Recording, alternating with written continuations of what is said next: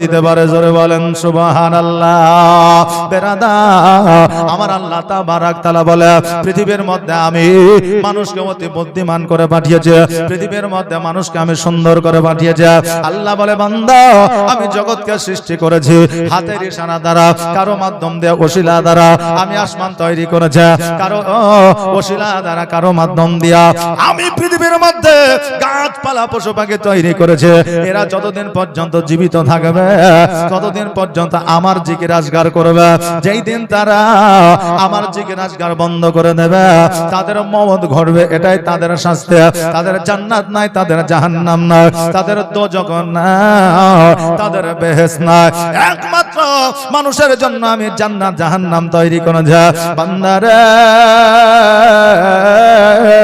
তোমরা যদি আমার জিকির বন্ধ করে দাও, তোমরা যদি আমার কোরআন তেলাওয়াত বন্ধ করে দাও, তোমরা যদি আমার নামাজ বন্ধ করে দাও, তোমরা যদি হজ বন্ধ করে দাও, তোমরা আমি আল্লাহ আমাকে যদি স্মরণ না করো, আমি তোমাদের রুজি বন্ধ করব না, হাওয়া বন্ধ করব না, রাত্রি হতে দেরি করব না, সকাল হওয়া বন্ধ করব না। কিন্তু তোমরা যখন মারা যাবে, জগৎ যখন পরিবর্তন করবে, কিয়ামতের দিন তোমাদের হিসাব হবে। হিসাব হওয়ার পরে বান্দা যদি জান্নাতি হয় আমি আল্লাহ জান্নাতে দেব, বান্দা যদি জাহান্নামী হয় আমি আল্লাহ তাকে জাহান্নামে দেব। এই জন্য বাবাজি ভাইরা জগতে আমরা এসেছি, আসার পরে সংসার করতে আছে, জগতে আসার পরে আমরা জগৎ নিয়ে পাগল হয়ে আছে, জগতের প্রেমে আমরা ডুবে আছি। কিন্তু বাবারে এর মধ্যে আমাদেরকে আল্লাহকে স্মরণ করতে হবে, কবরকে ভয় করতে হবে, জাহান্নামকে ভয় করতে হবে। আমার নবী বলেছে জাহান্নাম কবর যারা ভয় করিল, মরণকে যারা ভয় করলো, তারা কিয়ামতের দিনে আমার আল্লাহ তাদেরকে শহীদের দরওয়াজা দান করবে। জোরে বলেন সুবহানাল্লাহ। বেরাদার আমার আল্লাহ জগতেরকে, আমার আল্লাহ আমাদের জগতে একটা উদ্দেশ্যে পাঠিয়েছে, এটা আমরা বলে থাকি। বলি কি বলি না? একটু হ্যাঁ না বলবেন। জি, চিন্তা করিয়েন না। আগের জামানা ছিল আলাদা, বর্তমান জামানা হলো আলাদা। এই যে হয়েছে না, আগে আমরা পড়েছি আতা গাছে তোতা পাখি, ডালিম গাছে হিরো দাদার মনমণিধন ঠাকুর দাদার বউ। পড়েছি না পড়েনি? কিন্তু ওই ছড়া কি আর আছে? আছে নাই। এখন কি আছে? আতা গাছে তোতা পাখি, ডালিম গাছে ছোটবেলায় মায়ে মারতো, এখন মারে বউ। এই যে আছে না নাই? জি, মানে আগে যে ছড়া ছিল এখন তা নাই। অতএব আগের দিনকে লক্ষ্য করে এখন মানুষ পরিবর্তন করার উদ্দেশ্যে যদি সেই দিনটাকে, সেই সময়টাকে আমরা লক্ষ্য করে মানুষের জীবনে পরিবর্তন আসবে না। আমরা এমন আওয়াজ শুনেছি মানুষকে আল্লাহ জগতের মধ্যে পাঠিয়েছে শুধুমাত্র উপাসনা ইবাদতের জন্য, বলেছে না বলে নয়? শুনেছি কিনা শুনি না? বাবারে আল্লাহ তাবারাক তাআলা মানুষকে জগতের মধ্যে পাঠিয়েছে ইবাদত বান্দি করার জন্য, শুধু নয় একজন মানুষ হইয়া অপরজন মানুষকে প্রেম ও ভালোবাসা দেওয়ার কারণে। জোরে বলেন সুবহানাল্লাহ। বেরাদার আল্লাহ যদি শুধু উপাসনার জন্য পাঠাইতেন তবে আমাদের দ্বারা গুনাহ হইতো না, আমাদের কাবিরা গুনাহ হইতো না। নামাজ পড়তাম, সুদও খাইতাম, নামাজ পড়তাম, ঘুষও খাইতাম, নামাজ পড়তাম, মানুষের হক মেরে খাইতাম, নামাজ পড়তাম, মানুষের সঙ্গে বেয়াদবি করতাম। কারণ আল্লাহ তো শুধু বলেছে আমার উপাসনা করো নাকি? এখন নামাজ পড়ে আসলাম, আমি পরের হক মারলাম, নামাজ কবুল হবে। আমি নামাজ পড়ে আসলাম, পিতামাতার প্রতি অত্যাচার করলাম, নামাজ হবে। আমি নামাজ পড়ে আসলাম, সুদ খাইলাম, আমার নামাজ হবে না। এই জন্য আল্লাহ বলেছে উপাসনাও করো, মানুষকে মহব্বত করো, ভালোবাসো, আমার নবীকে মহব্বত করো, ভালোবাসো। কারণ আমার নবী যদি খুশি হয়ে যায় আমি আল্লাহ খুশি হইয়া যাব। জোরে বলেন সুবহানাল্লাহ। এই জন্য সর্বপ্রথম আপনি প্রতিবেশীকে ভালোবাসো, কারণ আপনার বিপদে প্রতিবেশী ছুটে আসবে। আজকে আপনার ভাইকে ভালোবাসে, আজকে আপনার সুগার যদি ফল্ট হয়ে যায় আপনার ভাই আপনাকে হাসপাতালে নিয়ে যাবে, আমি নিয়ে যাব না? যাব? আমি আস্তে আস্তে আপনি মরে যাবেন। মৌলভী আমাকে খুব ভালোবাসে, হ্যালো আসসালামু আলাইকুম, কি হয়েছে? বলে ভাই অসুস্থ। বলে আমি এখন জালসায় আছি, আগামী কালকে যাব, তোমার ভাইকে ভালো করে রাখো। রাখা যাবে? যাবে না। এই জন্য বাবা কে কি বললো দেখে লাভ নাই, শুনে কোনো লাভ নাই। বর্তমানে প্রতিবেশীকে ভালোবাসতে হবে, ওই প্রতিবেশী আপনাকে সহযোগিতা করবে। ভাইকে ভালোবাসতে হবে, ওই ভাই আপনাকে হাসপাতালে নিয়ে যাবে। বা আপনার গ্রামবাসীকে ভালোবাসতে হবে, যে গ্রামবাসী আপনি মারা গেলে আপনার গোসল বানায় আপনাকে কবর গায়ে রেখে আসবে। বাবা যে ভাইরা, এই জন্য আল্লাহ জগতের মধ্যে শুধুমাত্র উপাসনার জন্য পাঠাই নয়, উপাসনা আমাদেরকে করতে হবে। এটা আমাদের জন্য ওয়াজিব, এটা আমাদের জন্য ফরজ, এটা আমাদের জন্য অপরিহার্য। তার সাথে সাথে মানুষকে ভালোবাসতে হবে। মানুষকে ভালো না বাসিয়া জান্নাত পাওয়া যাবে না। আমি মানুষ হইয়া জন্ম লইয়া মানুষে করিলাম কি? আমি নবী না চিনিলাম, কি ভুল করিলাম, ঝুলিতে ভরিলাম কে? আমি মানুষ হইয়া জন্ম লইয়া মানুষে করিলাম কি? বেরাদার,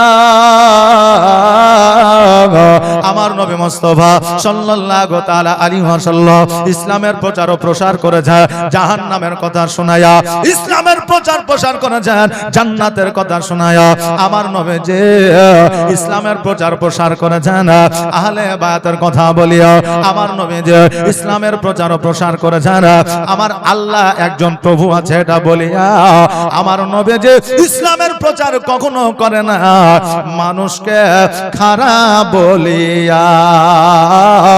আমার নবী যে কাউকে কখনো খারাপ বলে না। আমার নবীর সঙ্গে আবু জেহেল দুর্ব্যবহার করেছিল, আমার নবীর সঙ্গে কাফেররা দুর্ব্যবহার করেছিল। আমার নবীজিকে পাথর দ্বারা আঘাত করে আমার নবীর শরীরটাকে পুরো রক্তাক্ত করে দিয়েছিল। আমার আল্লাহ বলেছিল, হাবিব গো একবার বড় দোয়া করে দাও, আমি দুনিয়া চাই না আপনাকে চাই।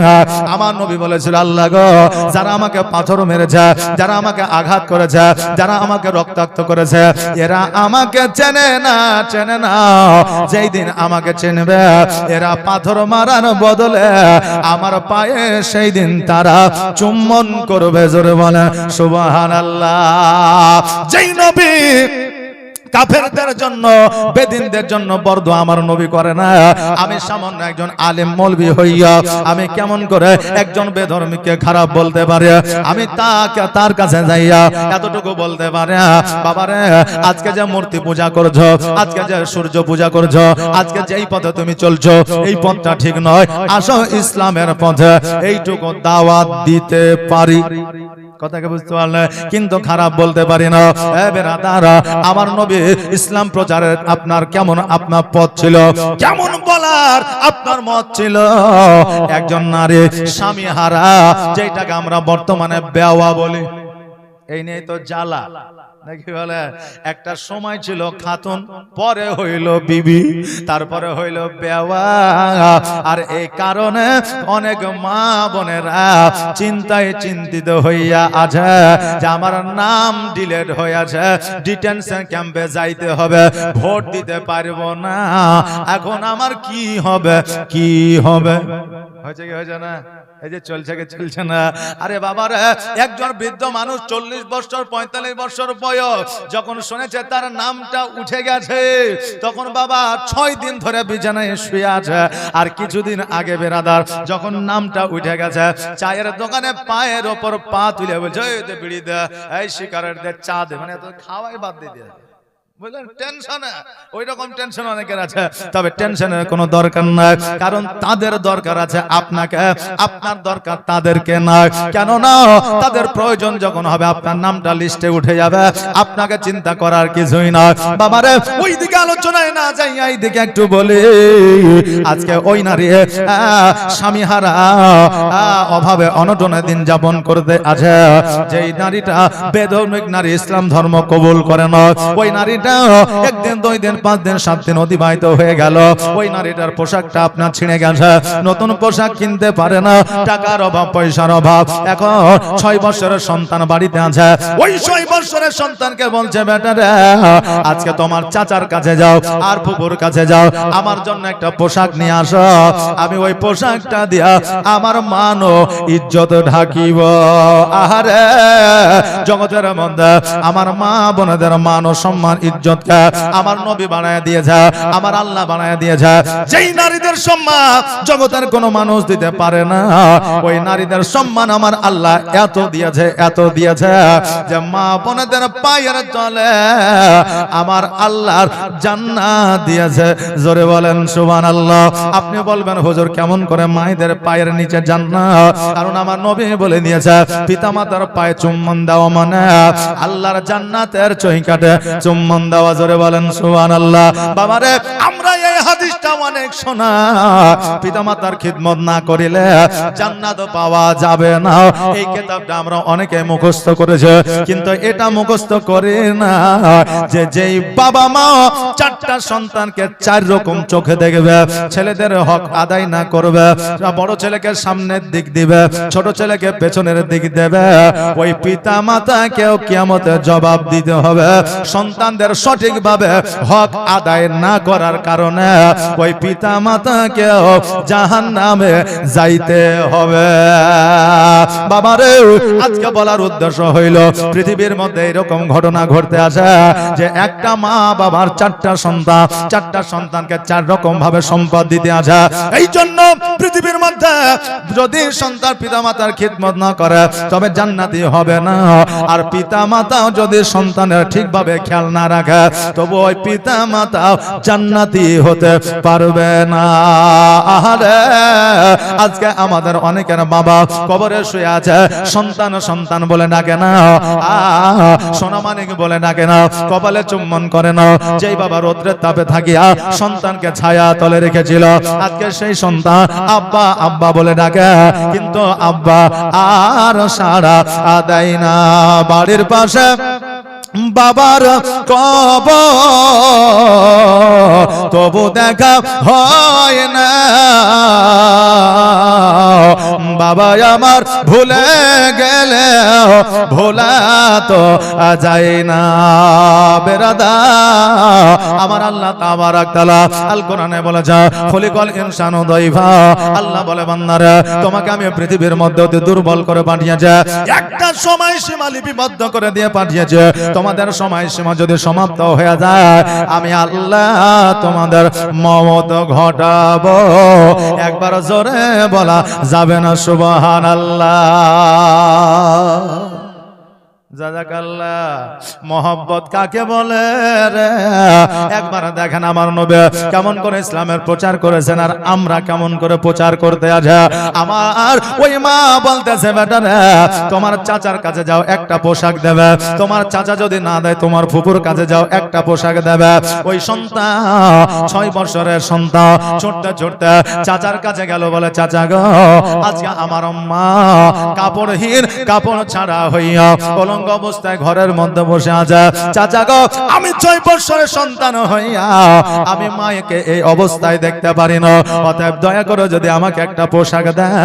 এখন চাচা বলল শোন রে আমার বাড়িতে খাবারের পয়সা নাই, তোর মাকে কেমন করে পোশাক দেব? মা আজকে আপনাদেরকে বলে দিয়ে যায় স্বামী জগতের মধ্যে যতদিন আছে ওই স্বামীর খেদমত করেন, ওই স্বামীর সম্মান করেন, ওই স্বামীকে আপনি ওই স্বামীর আপনি ঐতিহ্য বজায় রাখা। কেন না আজকে আপনার স্বামী যদি জগৎ ছাড়া হয়ে যায়, আজকে স্বামী যদি আপনার না থাকে জগতের মধ্যে আপনার কোনো মূল্য থাকবে না, কেউ আপনাকে মূল্য দেবে না। এটাই বাস্তব বর্তমানে পরিস্থিতির মা। এই জন্য স্বামী যতদিন জগতের মধ্যে আছে ওই স্বামীকে আপনি সম্মান করে চলে, স্বামীর সঙ্গে কোনোদিনও বেয়াদবি করবেন না।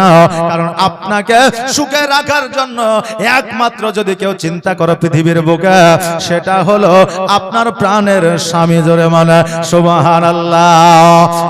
মা, আজকে যেই স্বামীর জন্য তুমি তোমার শ্বশুর বাড়িতে জায়গা পেয়েছ, যেই স্বামীর জন্য তোমার শ্বশুর বাড়িতে তুমি মান ও সম্মান পেয়েছ, যেই স্বামীর জন্য আজ এখনো পর্যন্ত তোমাকে তোমার সন্তানেরা মা বলে ডাকে, এই জন্য তোমার স্বামীর খিদমত তোমাকে করতে হবে, এটা তোমার জন্য অপরিহার্য। বাবারে, ওই ছেলেটা যখন চাচার কাছ থেকে ফিরে আসলো, চাচার কাছে আর পোশাক পাইলো না, ফুপুর কাছে গেল, ফুপুও পোশাক দিল না। এখন ওই ছেলেটা, বাচ্চাটা একটা রাস্তার ধারে গাছের নিচে বসে বসে চিন্তা করেছে, আল্লাহ আমি কোথা থেকে পোশাক নিয়ে আমার মায়ের কাছে যাব, কারণ আমি 6 বছরের সন্তান, আমি মায়ের কাছে যাইতে পারি না, আমাকে বড় লজ্জা লাগে। 6 বছরের সন্তান মানে বড় হয়েছে। মা বোনেরা, বাপজেরা, আজকে 6 বছরের সন্তান কেন 15 বছরের সন্তানের সম্মুখে আমার মা বোনেরা গোসল করে না, করে না? মা বোনেরা 15 বছর সন্তানের সম্মুখে গোসল করে। এই মা, শুধু জালসা শুনলেই হবে না, কিছু আপনাকে নিয়ে যেতে হবে। আপনার সন্তান যখন 12 বছর পার করে দেবে, আপনার সন্তানের যখন 12 বছর পার হয়ে যাবে, ওই সন্তানের জন্য আলাদা বিছানা করতে হবে, ওই সন্তানের জন্য আলাদা ঘরের ব্যবস্থা করতে হবে, ওই সন্তানের সম্মুখে বেপরদায় থাকা যাবে না, ওই সন্তানের সম্মুখে গোসল করা যাবে না, ওই সন্তানের সম্মুখে আপনার কাপড় পরিবর্তন করা যাবে না, এটা শরীয়ত বাবা নিষেধাজ্ঞা করতে আছে। মারে, এমন কি 12 বছর পার করিলে সন্তানের সম্মুখে তোমাকে মাথায় কাপড় ছাড়া ওই সন্তানের কাছে যাওয়া যাবে না। এখন বর্তমানে প্রত্যেকের ঘরে গোসলখানা রয়েছে, আপনার প্র্যাকটিক্যালে গোসলখানা রয়েছে আপনার প্রত্যেকের পার্সোনাল। ওই গোসলখানাতে অনেক মা বোনেরা, পুরুষেরা অলঙ্গ হয়ে গোসল করে। শরীয়ত ইসলাম বলে অলঙ্গ হইয়া গোসলখানায় গোসল করা যাবে না। আপনি বলবেন, হুজুর গো, আমার তো চতুর্দিকে ঘেরা আছে, দরওয়াজা লাগানো আছে, আমাকে অন্য পর পুরুষ দেখা তো দূরের কথা, আমার স্বামীও আমাকে দেখতে পাই না। মা, জগতের মধ্যে আমার আল্লাহ তাবারাক তাআলা জিন আর ইনসানকে তৈরি করেছে, আর সবচাইতে বড় কথা হলো জগতে বাবা শয়তান আছে। আজকে আপনার শয়তানে আর জিনেরা আপনাকে দেখতে পায়, আপনি হয়তো তাদেরকে দেখতে পান না। ওই শয়তান যখন আপনাকে উলঙ্গ অবস্থায় দেখবে, তারা কিন্তু বাবা ফটো তুলবে। শুধু আমরাই ফটো তুলি না, মোবাইল উঠে যায়, আর এখানে ফটো সেখানে ফটো। এখন বর্তমানে হজ করতে গেলেও ফটো বলে, এখন জান্নাতুল বাকিতে আছে, এই দেখো দেখো বলছে জান্নাতুল বাকিতে আছে, একটু পরে বলছে এখন নবীর রওজা মোবারক আছে। তারপরে বলছে যেই জায়গায় কাফেররা পাথর মেরেছিল আমার নবীকে, সেই জায়গায় আছে। আমি বলি, হাজী সাহেব, আপনি যে হজ করতে গেলেন তো মোবাইল নিয়ে ব্যস্ত ছিলেন, হজ কখন করলেন? মোবাইল নিয়ে ব্যস্ত ছিলেন, হজ কখন করলেন? বাবারে, এই কথা বললে হয়তো অনেকে রেগে যাবে। বেরাদার, আমরাই শুধু ফটো তুলি না, জিনেদের মধ্যে আপনার ফটো তোলা যায়। আমরা মানুষ শুধু আপডেট না, তারাও আপডেট হয়েছে। এই জন্য আগে বোরের গাছের তলায় গেলে, আমের গাছের তলায় গেলে চুল বড় বড় করে আমাদের সম্মুখে আসতো, ভয় দেখাইতো। দেখাতো কি দেখাতো না? এখন আর পাওয়া যায় দেখতে, তাই বলে কি তারা নাই? আছে, কারণ তারা জানে তারা আজকে আপডেট হয়েছে মানুষ, এই চেহারা নিয়ে গেলে তারা ভয় করবে না। আর তারাও বর্তমানে আপডেট হয়েছে, নতুন অন্য তারাও আপনার বুদ্ধি পেয়েছে। এই জন্য মা, আপনি যখন গোসলখানায় উলঙ্গ হইয়া গোসল করবে, জিনেরা দেখবে আর শয়তানে দেখবে, ফটো তুলবে আর বলবে, দেখ রে দেখ, আল্লাহ নাকি মানুষকে অতি সুন্দর করে তৈরি করেছে, আর এরা কোথায় সুন্দর একবার তোরা দেখ আর আমাকে বল। কথা বললেন না? এই জন্য মা বোনেরা, উলঙ্গ অবস্থায় গোসল করা যাবে না। বাপজি রে, উলঙ্গ অবস্থায় গোসল করা যাবে না, দাঁড়িয়ে পেশাব করা যাবে না, হাম উঠলে খালি মুখে হাম তোলা যাবে না, নইলে একটা কাপড়ও দিতে হবে, উরমালও দিতে হবে, নইলে মুখে হাত দিয়ে চাপা দিতে হবে। আপনার মুখের আকৃতিটা শয়তানে দেখতে পাবে না। যখন হাম উঠে তখন শয়তান ছবিটা আপনার তোলে, মানে হাম ওঠার সময় মানুষের মুখের আকৃতি ঠিক থাকে না, থাকে? দেখবেন যখন হাম উঠে হাম তুলছে এই দিকে ঠোঁট ওই দিকে, ওই দিকে ঠোঁটে মানে মুখ টানা বেঁকা হয়ে গেল, বুঝলেন না? আর ওই সময় শয়তানে ফটো তুলা আর একজন শয়তানকে দেখা বলে আল্লাহ নাকি সুন্দর করে বানাইছে, দেয়া কাউকে, কথা বললেন না? এই জন্য আমার নবী বলেছে জীবনে জিন্দেগিতে কখনো মুখ না ঢাকিয়া হাম উঠাইবে না। বিজ্ঞান বলতেছে মুখ না ঢাকিয়া যখন হাম উঠায় তার শরীরের জীবাণুগুলো অন্য শরীরে প্রবেশ করে। এইখানে দুইটা উপকার পাওয়া যায়, জীবাণু আক্রমণ করবে না, শয়তানে আপনার ছবি তুলতে পারবে না। বেরাদা যেই কথাটা আপনাদেরকে আমি বলতেছিলাম, এবার ওই সন্তানটা বলে আমি কেমন করে মায়ের কাছে যাব। একজন মানুষ ওই সন্তানটিকে কান্না দেখিয়া বলতেছে বাবারে তুমি এই জায়গায় কান্না কেন করো? বলে শোনো গো, আমার মা উলঙ্গ অবস্থায় ঘরের মধ্যে আছে, আজকে ওই মাকে পোশাক দেওয়ার মতো কেউ না, চাচা দেয় নাই, ফুফু দেয় নাই, পাড়া প্রতিবেশী দেয় না, গ্রামবাসী দেয় না। ওই যুবক বলতেছে বাচ্চারা এই মক্কানগরে এমন একটা যুবক আছে, আর সেই যুবকের কাছে গেলে নিশ্চয়ই তুমি পোশাক পাবে। বলে কোন যুবক? বলে যার নাম হলো মুহাম্মদ, আসমানের নাম হলো আহমদ, বাপের নাম হলো আব্দুল্লাহ, মায়ের নাম হলো আমিনা। বাচ্চা বলছে জীবনেও যাব না, জীবনেও যাব না। এখন বাচ্চাদেরকে আমরা যেমন শিখাবো তেমনি শিখবে কিনা? এই যে শিখবে কি শিখবে না?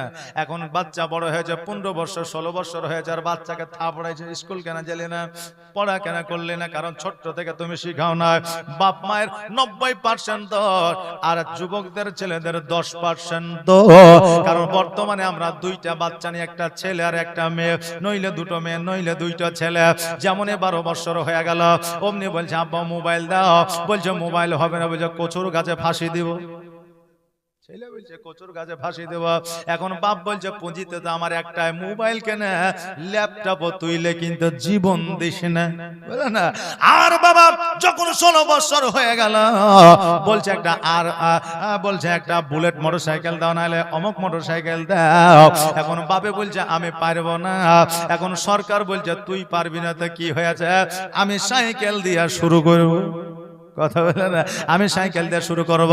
আব্বা একটা ভালো আইফোন মোবাইল দাও, সরকার বলছে তোকে দিতে হবে না, 12-এ চাপিলে আমি সরকার মোবাইল দিব। কি বললেন? এখন কথা হইল আমরা বাচ্চা কাল থেকে আমাদের সন্তানকে মোবাইল দিয়ে কার্টুন দেখায়া, ভিডিও দেখায়া, আরো কত খেলনা দিয়া, আঝোলনা দিয়া আমরা ওই সন্তানকে লালন পালন করে বড় করেছে, আদর স্নেহ দিয়া। আর ওই সন্তানকে 22 বছর বয়সে যদি শাসন করতে যায়, ওই সন্তান শাসন হবে না। এই জন্য বলবো বাবাজি ভাইরা, ভালোবাসেন সন্তানকে কখনো প্রকাশ করবেন না, অন্তরে ভালোবাসা রাখে আর সম্মুখ শাসন রাখে, তবে সন্তান মানুষের মতো মানুষ হবে। বাবাজি ভাইরা আজকে আপনাদেরকে বলে দিয়ে যায়, ওই সন্তানকে বারণ করেছিল তার বাবা, বারণ করেছিল তার মা।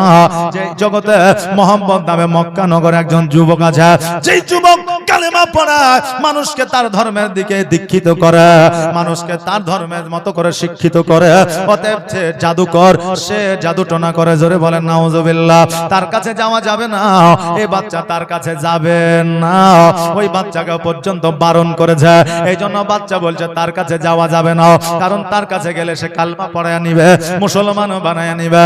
যুবক বলল বাচ্চা রে, ওই মুহাম্মদের কাছে যাবে, আর যাওয়ার পরে বলবে আমি একটা শর্ত আপনার কাছে রাখবো, শর্তটা হলো আমি কালমা পড়বো না, আমি আপনার ধর্মে আমি কখনো দীক্ষিত হব না, শিক্ষিত হব না, আপনার ছায়াতলে আমি যাব না, কিন্তু একটা কাপড় আমাকে দিতে হবে আমার মায়ের জন্য। যদি রাজি থাকে তবে আপনার কাছ থেকে কাপড় নেব, নইলে কাপড় নেব না। এই শর্তে তুমি তার কাছে যাও। বাচ্চাটা বলল ঠিক আছে, শর্তটা ভালো। এবার বাচ্চা গুটি গুটি পায়ে আমার নবীজির কাছে পৌঁছালো। আর পৌঁছানোর পরে বলে হুজুর গো, আপনার কাছে আমি একটা আরজি নিয়ে এসেছি। বলে কি আরজি? বলে আপনি আগে বলে আপনার কালেমা আমি পড়বো না, বলে পড়াবো না। বলে আপনার ধর্মে আসবে, আমি আসবো না, বলে আমি নিয়ে আসবো না, জোর করবো না, বলে একটা আপনার কাপড়ের দরকার। আমার মা উলঙ্গ অবস্থায় আছে, সঙ্গে সঙ্গে আমার নবী যে নিজের গায়ের চাদরখানা ওই বাচ্চাকে দিয়ে দিল, বলে বাবা আগে তোমার মায়ের ইজ্জতটাকে ঢাকো, তারপরে পুনরায় কাপড় নেওয়ার জন্য আসো। জোরে বলেন সুবহানাল্লাহ। ইনি ছিলেন আমাদের আখেরি পয়গম্বর, ইনি ছিলেন আব্দুল্লাহর লাল মুহাম্মদুর রাসূলুল্লাহ সাল্লাল্লাহু তাআলা আলাইহি ওয়াসাল্লাম। এবার ওই চাদরখানা লইয়া যখন বাচ্চা তার মায়ের গায়ে দিল, ওই মা বলল বেটারে আজকে এত সুন্দর চাদর কোথায় থেকে পাইলা তুমি বলো। বাচ্চা বলল মা গো, আমি যদি তোমাকে বলি কোথা থেকে চাদরখানা এনেছে তবে তুমি আমাকে বকা দেবে। আমি যে জায়গায় তুমি যাইতে বারণ করেছিলে সেই জায়গায় আমি গিয়েছি মা গো। আজকে ওই জায়গায় যাওয়ার কারণ হলো আমার চাচা কাপড় দেয় না, আমার ফুফু কাপড় দেয় না, আজকে পাড়া প্রতিবেশী আমাকে কাপড় দেয় না। মা আমার মায়ের শরীর ঢাকার জন্য আমি চুরি করি নাই, ডাকাতি করি না, আমি ওই মুহাম্মদের কাছে থেকে তোমার জন্য এই চাদরখানা নিয়ে এসেছি। মা বলল বেটারে আজকে যার কাছে যাওয়ার জন্য বারণ করেছিল, আজকে যাকে আমরা জাদুকর বলেছিল, আজকে যাকে আমরা খারাপ মনে করেছিলাম, আজকে আমার ইজ্জত সম্মান মান বাঁচিয়েছে। অতএব পৃথিবীর মধ্যে ওই মানুষটা কখনো খারাপ হইতে পারে না। অতএব আমরা আর মূর্তি পূজা করব না, অতএব আমরা আর সূর্য পূজা করব না, অতএব আমরা আর গাছ পূজা করব না। আমরা ওই মুহাম্মদের কাছে যাইয়া আমরা কালেমা খানি পড়ে নেব।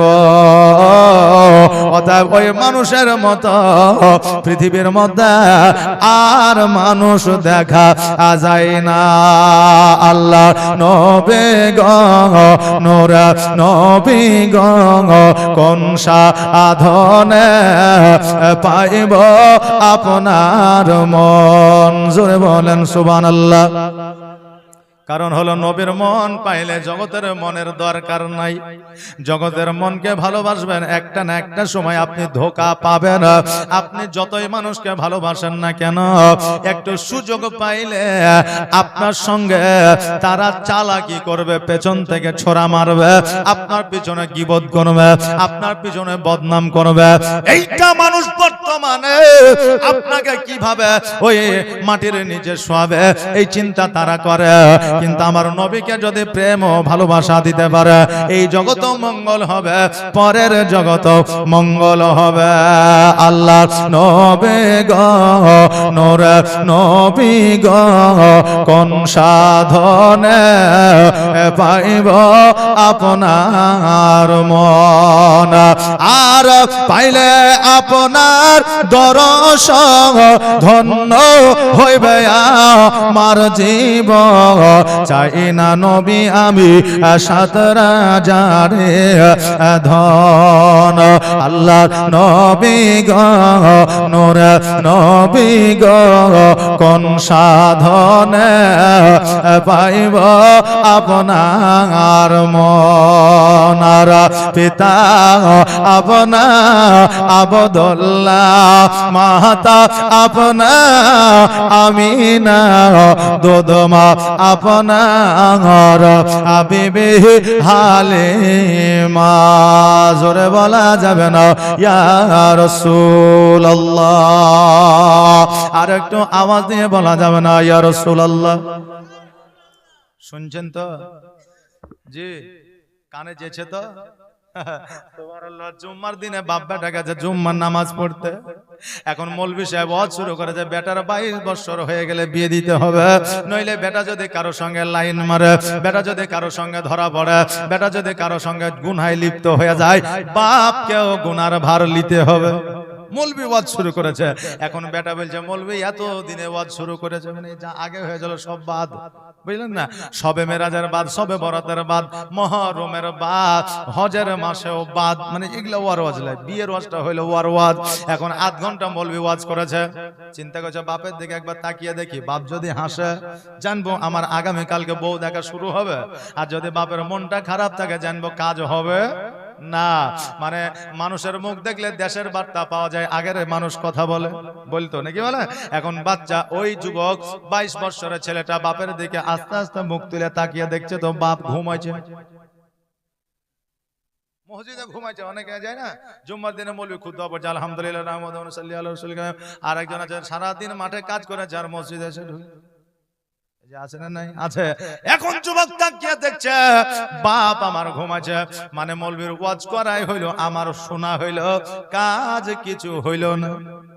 যে কাজ করবে সেই তো শুনলো না। তো বর্তমানে কমিটি জালসা সাজাইলো, সভাপতি স্টেজ পরিচালনা করলো, আর গ্রামের মানুষ টাকা পয়সা দিল, এদের দাওয়াই হলো, পরিচালনা করাই হলো, পরিশ্রম করা হইলো, মৌলবি ডাকিয়া ওয়াজ করাইয়া কোনো লাভ হইল না। হবে না শুনলে এই জন্য চাও খান আর ওয়াজও শোনেন। আবার বেরাদার শেষের বেলায় বলেন না চায়ের গজালটা একবার বলেন, মানে চায়ের গজালটা আর ওটা গজাল না, এটা একটা ছন্দ। এটা বললে আবার অনেকে রাইয়া যায়, ইয়ে কেন বলবে? ছন্দ বললে মানুষ হয়তো পরিবর্তন হয়, কিন্তু বাবা এতে নেকও হয় না, গুনাহও হয় না। কথা বললেন, এটা ছন্দ। যেমন বাংলাদেশে কিছুদিন আগে বলেছিল একটা চা বানাও আমার জন্য, বলেছিলেন না বলে নাই? আদা দিও, এলাচি দিও, চিনি দিও সামান্য, একটা চা বানাও আমার জন্য। যে মা বোনেরা চা বানাতে পারে না তারা এই গজাল শুনে চা বানাতে যায়ও না। মানে শুধু আদা এলাচ চিনি দিয়া চা হয় না, আরো কিছু লাগে, তার সাথে আগুনও লাগে, পানিও লাগে, না লাগে না? জি, এই জন্য মা বোনের এটা শুনে তোমরা চা বানাইতে যেও না, নইলে অসুবিধা আছে। বাবারে আজকে আপনাদেরকে বলে দিয়ে যায়, মন দিয়ে যদি ওয়াজ শোনা যায়, নবীর মহব্বত যদি আনতে পারা যায়, এই জগৎও মঙ্গল হবে, পরের জগৎও মঙ্গল হবে। জোরে বলেন সুবহানাল্লাহ।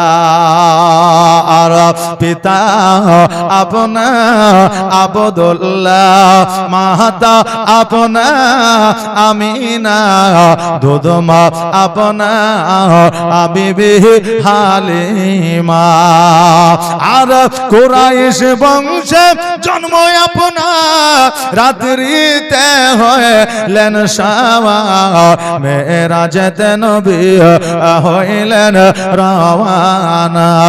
আল্লাহর নবী গো নূরে নবী গো, কোন সাধনে পাইব আপনার মন। বাবাজি ভাইরা, ওই ইহুদে বিবি আজকে ওই বাচ্চাকে সঙ্গে করে নিয়ে আসা, আমার নবী মুস্তাফার কাছে হাজির হইল। আমার নবীজির কাছে যখন হাজির হয়ে গেল, আমার নবী ওই বাচ্চারে একটা পোশাক দিয়ে দিলেন, একটা কাপড় দিয়ে দিলেন। আর আমার নবী বলে, বাচ্চারে আজকে তোমাকে কালেমা পড়াইবো না, আজকে তোমাকে শর্ত রাখিব না, আজকে আমার ছায়া তলে তোমাকে ডাকবো না, আজকে কোরআন তেলাওয়াত তোমাকে শিখাবো না, আজকে তোমার মায়ের আগে ইজ্জত বাঁচানোর জন্য কাপড়টা লইয়া যাও, তোমার মাকে লইয়া যাও, আর কখনো আমার কাছে প্রয়োজন হইলে আসিও, কিন্তু কালেমা তোমাকে পড়াইব না।